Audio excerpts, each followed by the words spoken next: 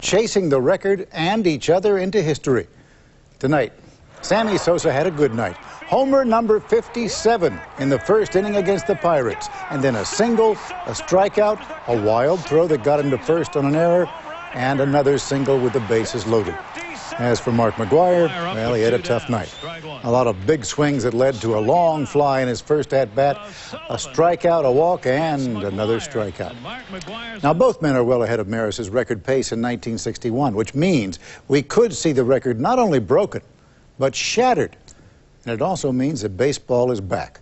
Fans and non-fans alike find themselves tuning into the games and chewing them over the next day. Now, baseball's broken our hearts these past few years, what with all the sniveling and greed. So it sure is nice to see an old friend back. And remember why it was we loved baseball so much in the first place. It is, after all, America's game. Tonight, we begin in St. Louis, ground zero for home run fever. Here's ABC's John Frankel. M is for Mark. You make the crowd stand up and shout. You're the man of the year. You're what baseball's all about. No words could be more true. 3 o'clock this afternoon, 2 hours before the Cardinals took batting practice, and 4 hours before the first pitch of the game against Cincinnati, and the fans were lined up as if they were at the gates of the promised land. It's alive. It's really alive. At the start of the Labor Day weekend, people here in St. Louis are not thinking about picnics, family reunions, or the start of the football season. Everyone is fixated on home run hitter Mark McGwire. C is for your courage to get up to the plate and hit against those fastballs with everything at stake. While the fans waited outside, reporters were already at work inside. 700 media credentials have been granted tonight. There were a couple thousand requests. Hello, hello, hello. Testing 1, 2, testing 1, 2, 3. Those are things that stay with you forever. And, you know, now in my 40s to be a Cardinal broadcaster and to possibly be a part of something like this, it's really an interesting feeling. While some reminisced, some were concerned about other things. I know, but it's a tow truck right behind your truck right now as we speak. Okay, I just want you here. I want you. Circus kind of kicking off with a black eye. They called a news conference for 3:30 today, and Big Mac was supposed to be the featured speaker. Your attention, please. I regret to inform you that Mark McGwire will not be coming into the interview room. He said he needed time to clear his head and to concentrate on the game, and that he had nothing new to say. We're sorry. Outside Busch Stadium, there were concerns about the crowds. There's not going to be any problems, and we can handle this. This is no more than we can handle. I've been meeting with the people from the Vatican all day, and we're talking about the Pope coming here. So if we can handle the Pope coming here, I think we can handle him hitting another home run. And this guy can handle anything. I just got done having a heart attack 3 days ago, and I'm out here at the ballpark. At 10 minutes after 5, the fans stampeded in, jockeying for position to see the man. G is for your great arms, for no one could come close. To hit the ball as far you do, that you're the ultimate the most. Although some fans were disappointed by not getting an autograph, nobody was disappointed once batting practice started.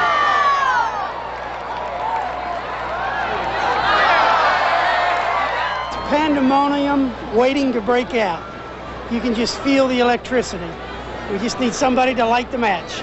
I think it individualizes the game, you know. It gets it back to cheering for players, not just teams, you know. Everyone's cheering for Big Mac, you know. They want to see him knock it out. W is for the walks, 130 or more. Lord knows what your home runs would be if those walks turned into scores. Fans crammed the seats in left field and watched in awe.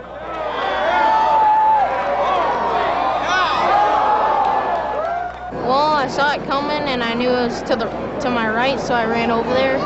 Bounced off a couple people's gloves and hands, and then it bounced off the seat and right in my lap.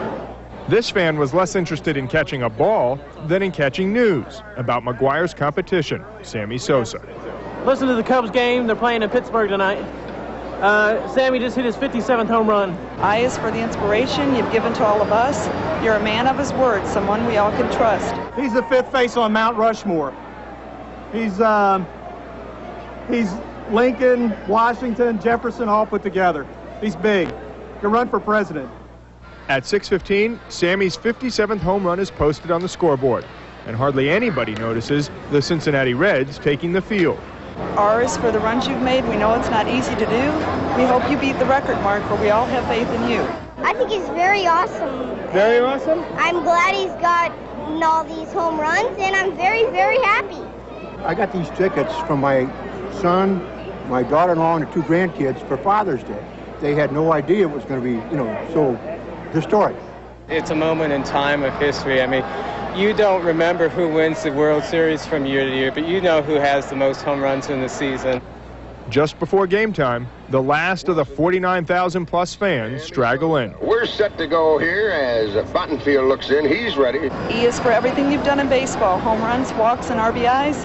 But most of all, we're truly grateful for you brought baseball back to life. And tonight, Busch Stadium was very much alive, with hearts pumping and feet stomping.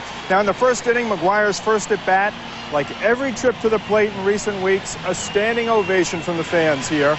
A tremendous outpouring of emotion and affection from the folks crowded in here. And it seems as if everyone came to the park not just to see history and to show their support, but to enjoy something that is very much right with sports right now.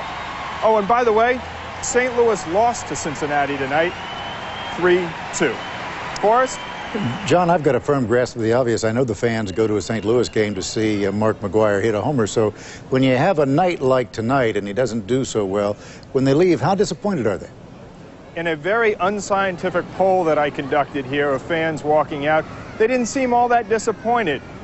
They say, look, we came to see him. We also came to see the Cardinals. So we didn't hit one tonight. We know there's time. We know it's inevitable. He will break this record. We'll be back for more, and certainly they will. I noticed that fan who was very excited in your report who said you can just feel the electricity. Now, when McGwire steps up to the plate, what's it like in the stands? Everybody gets up out of their seats immediately. I mean, even when this guy's in the on-deck circle, people are paying more attention to him than perhaps the guy who's at the plate. They're just waiting in anticipation and hoping, of course, that the next swing he takes will send a ball out of the ballpark, and it'll be number 60, tying Babe Ruth's record, of course. But when he gets to the plate, all eyes are on this guy, and everybody pins and needles waiting for that one swing that he'll catch. And if there's a ball, you'll hear boos. If there's a questionable strike call, you'll hear boos. Everybody wants to see just one thing. Mark McGwire hit a home run. Speaking of anticipation, Monday night is going to be something big. Oh, it's going to be huge here. The Chicago Cubs will come to town, and of course, that means Sammy Sosa. Everybody is ready for a duel. It will be Sosa against McGwire, certainly not the Cubs against the Cardinals. They'll play 2 games, Monday and Tuesday.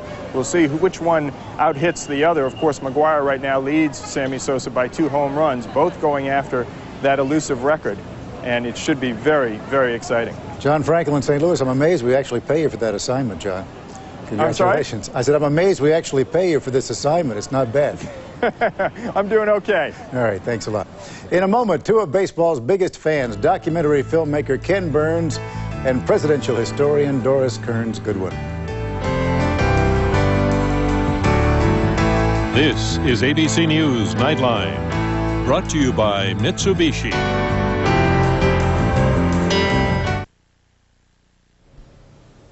Joining us from Telluride, Colorado, where he just premiered a film on Frank Lloyd Wright, is Ken Burns, also director and producer of the 18-hour public television documentary Baseball. And from our Boston bureau, Doris Kearns Goodwin, author of Wait Till Next Year, a memoir of her childhood in Brooklyn and her love for the Dodgers. Well, this time it's the St. Louis Cardinals and the Cubs. Doris, this is the record in, I guess, all of professional sports. Why is this one the one?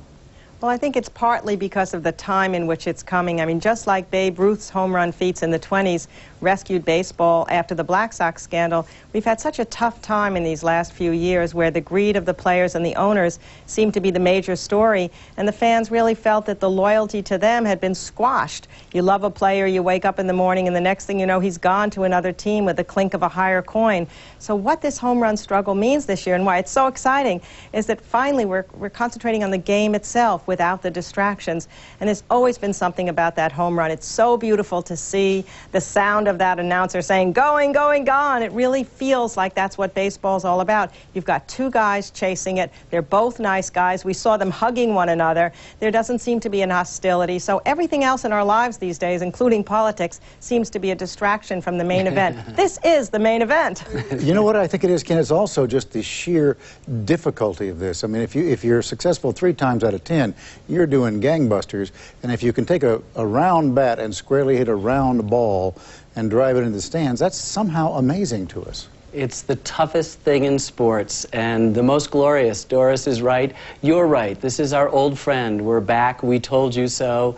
This game is glorious. And it's interesting. This is the only sport in which where the ball is doesn't really matter with regard to scoring. It's the human being who scores. And yet, the glorious arc of a home run, there is nothing like it. Not the three-pointer at the buzzer, not the bomb, Hail Mary in the end zone. It's the home run. If I'm right, Ken, when your series came on, that was the only baseball we had a chance to see at that time. Is that right? It's true. It was just a couple of weeks after the strike happened, and we thought we'd be sort of paralleling a glorious pennant race, and there were just tumbleweeds going through the ballparks, and we were the beneficiaries of a lot of grousing, grouchy critics and baseball writers who had nothing better to do than complain and write the obituary of our national game, which they do all the time. My favorite quote in the whole baseball series is from a guy named Old Pete O'Brien. I don't know how he got the old in front of him, but in the 1860s he said that, you know, they just don't play baseball the way they used to when I was a boy in the 1850s. So us amateur historians and professional historians like Doris take a little bit of a long view. We knew it would come back. I'm afraid I'm going to get too infected with your enthusiasm. You're both such baseball fans. Doris, does this really and truly erase all of the bad feelings and the troubles with the owners and with the players and the feelings about greed out on the field that fans have been carrying with them these past few years? Oh, I wish it could, but I don't think it does. I mean, I still think the basic problem is that, like when I was growing up, you loved a team. The whole lineup stayed the same through my whole childhood of that Brooklyn Dodgers. So if a player were in a slump, you would pray for him in your parishes instead of getting angry with him. Now he's some free agent who may have just come to your team making millions of dollars and is striking out all the time.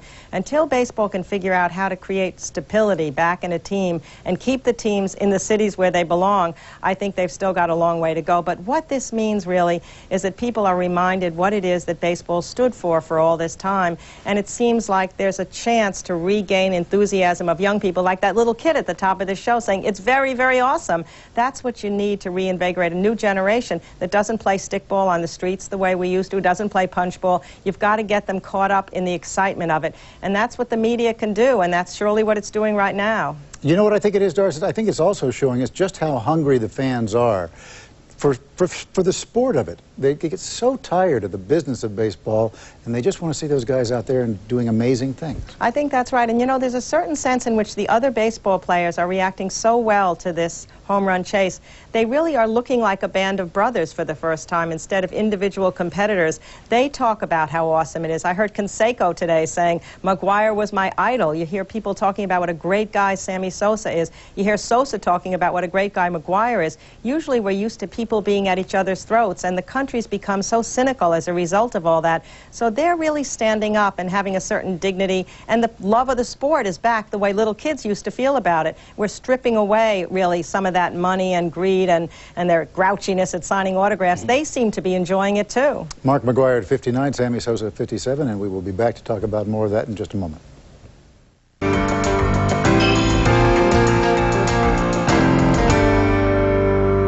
We are back again with two of America's biggest baseball fans, filmmaker Ken Burns and presidential historian and author Doris Kearns Goodwin. You know, Ken, if you stick your nose just a little ways outside the baseball stadium, you see a world of troubles. There's President Clinton's difficulties, there's the stock market, Russia, Japan. There's news tonight that Iran may be poised to invade Afghanistan. I think we're all looking for something to kind of take our minds away from that. This is it. This is it. This is the good feeling. This week it's Monica who. It's been pretty wonderful. It's the relief at the end of the summer. It feels like that. You know, sports, and particularly baseball, is this great intersection between fact, that is, who won, who lost, who hit the home run, who didn't, and drama. And I think in America, like the Japanese no drama, this is where we play out. This is essentially a simple form, this game of baseball, but in it we have all these dramas. So we need to have periods when there's strikes and villains and we hate the owners, and then all of a sudden the game comes back to us. This is like 41 when we were following DiMaggio, when we were following Ted Williams and his batting average. It's great to be distracted by this. You know, there's all this grumbling that's going on, Doris. There's the complaints about, well, maybe the pitching is just plain lousy because of all the expansion, and there was the hint that possibly McGuire had been helped along by drugs. Is that